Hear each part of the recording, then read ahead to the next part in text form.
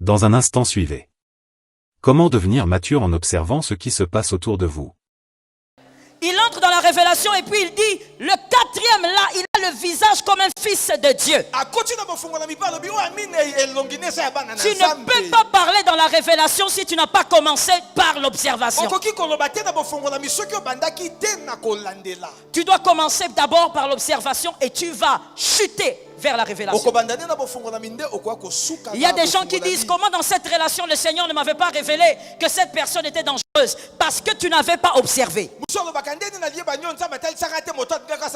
Pourquoi Dieu ne m'a pas révélé que ce mari était un mauvais mari? Tu n'avais pas observé. Pourquoi Dieu ne m'a pas révélé que cette femme allait m'amener en enfer? Tu n'avais pas observé. Tout commence par l'observation. Voilà pourquoi un homme intelligent, une femme intelligente doit apprendre à observer. Pas observer pour critiquer, observer pour comprendre. Que quelqu'un dise à son voisin, observer pour comprendre.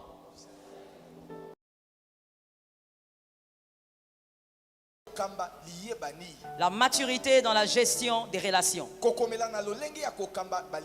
La maturité est l'état de ce qui est mûr et de ce qui est solide. L'état de ce qui est mûr et solide. À tout âge, nous pouvons avoir des relations. Mais la gérance convenable et équilibrée revient à une personne qui atteint un esprit de maturité. C'est à n'importe quel âge qu'on peut avoir des relations. Même à 2 ans, on peut avoir des amis. Mais la gestion convenable et équilibrée des relations est réservée à celui qui a atteint un certain état d'esprit. Un esprit capable de faire un jugement correct. Un esprit qui a mûri le sens de la réflexion et de la sagesse. Répétez ça. Voilà pourquoi la maturité ne dépend pas forcément de l'âge, mais ça dépend d'une âme grandie. Tu peux être plus jeune que celui qui est à côté de toi, mais avoir une grande maturité. La maturité dépend d'une âme grandie. Pour être capable de bien juger dans une relation, il faut avoir un esprit d'observation, que quelqu'un écrive bien observation. Il faut avoir un esprit d'observation. Un esprit d'observation très poussé. Celui qui observe beaucoup comprend beaucoup. Et il apprend aussi beaucoup. Voilà pourquoi dès ce soir, que cette sémence entre en toi, que tu sois capable d'être un homme, une femme qui observe. Observe beaucoup et parle moins. Celui qui observe beaucoup apprend beaucoup.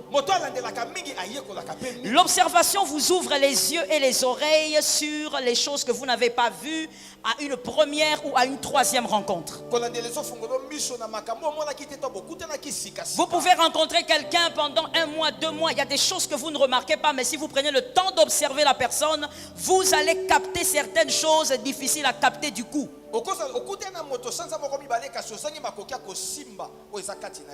C'est par l'observation que le roi Nebuchadnezzar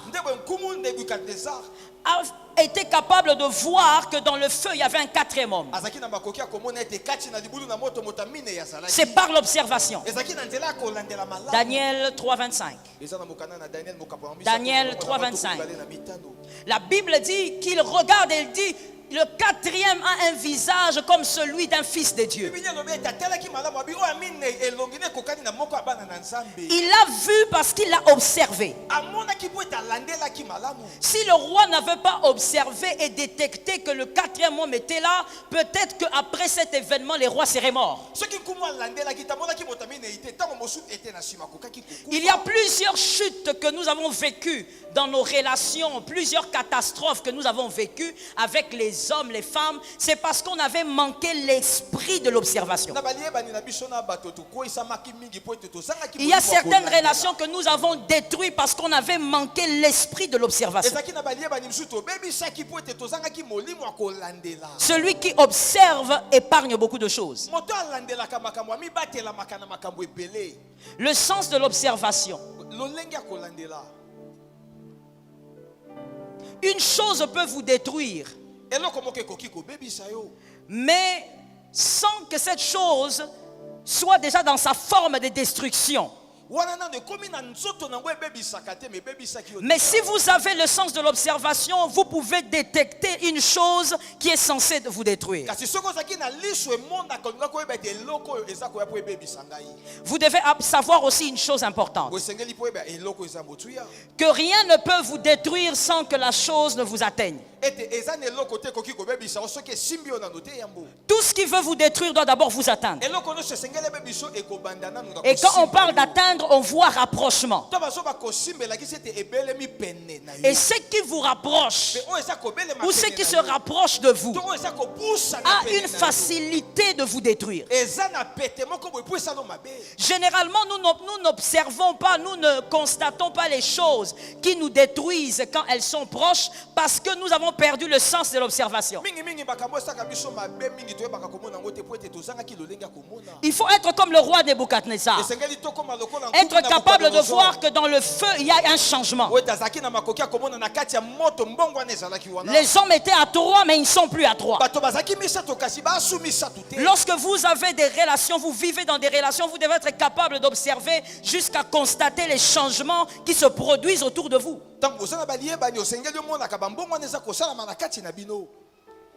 Généralement, lorsque nous sommes victimes dans certaines relations, c'est parce que nous avons manqué l'esprit de l'observation. L'observation vous mènera au discernement. Et le discernement vous mènera à la révélation. J'aimerais qu'on répète ces 3 choses, c'est important. L'observation vous mène... L'observation vous mène au discernement.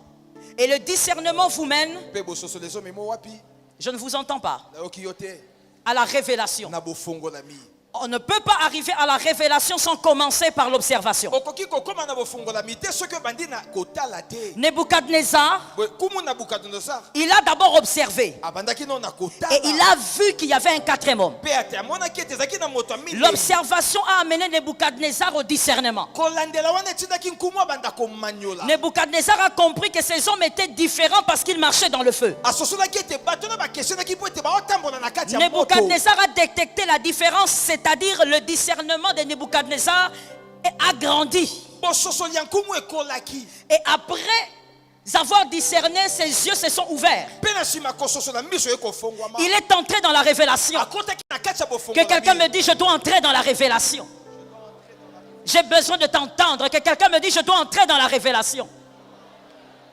Il entre dans la révélation et puis il dit, le 4e là, il a le visage comme un fils de Dieu. Tu ne peux pas parler dans la révélation si tu n'as pas commencé par l'observation. Tu dois commencer d'abord par l'observation et tu vas chuter vers la révélation.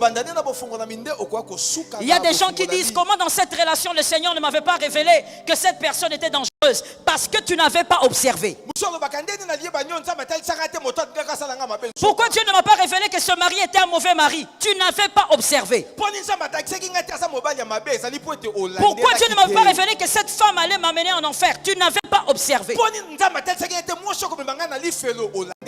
Tout commence par l'observation. Voilà pourquoi un homme intelligent, une femme intelligente doit apprendre à observer. Pas observer pour critiquer, observer pour comprendre. Que quelqu'un dise à son voisin, observer pour comprendre. Il est difficile d'atteindre la révélation sur une chose qui n'a pas commencé par l'observation.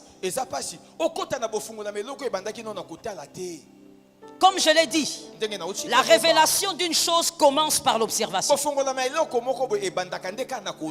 Voilà pourquoi il ne faut pas dire, pour le cas des fiancés, il ne faut pas dire Dieu m'a convaincu si tu es un homme amoureux ou une femme amoureuse. Parce que l'amour pour beaucoup de personnes, ça rend aveugle.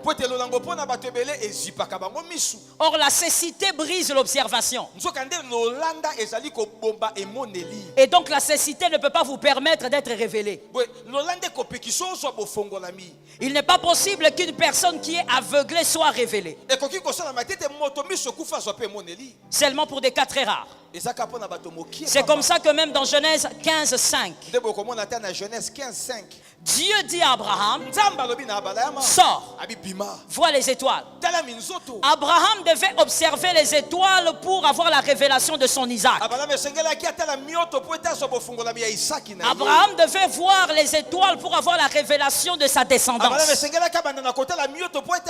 Il n'y a pas de révélation sans observation. Ce soir, pendant que je parle, il faut que quelqu'un soit capable de visualiser quelque chose pour que la révélation sorte. Il est facile à celui qui est révélé de marcher dans la foi plutôt que celui qui n'est pas révélé. Celui qui est révélé marchera dans la foi car il est accroché à une promesse. Tu veux les promesses de Dieu? Observe la parole. Observe. C'est au-delà de la lecture. C'est observer. Il n'y a pas de révélation sans ça. Et vous l'avez compris, entre la révélation et l'observation, à l'intérieur, il y a quoi? Pardon? Il y a le discernement. Le discernement est caché entre les deux. Merci d'avoir suivi la vidéo jusqu'à la fin. Voici maintenant s'affiche à votre droite une vidéo qui nous enseigne comment utiliser le pouvoir de la langue dans la maturité. Cliquez pour suivre. Que Dieu vous bénisse.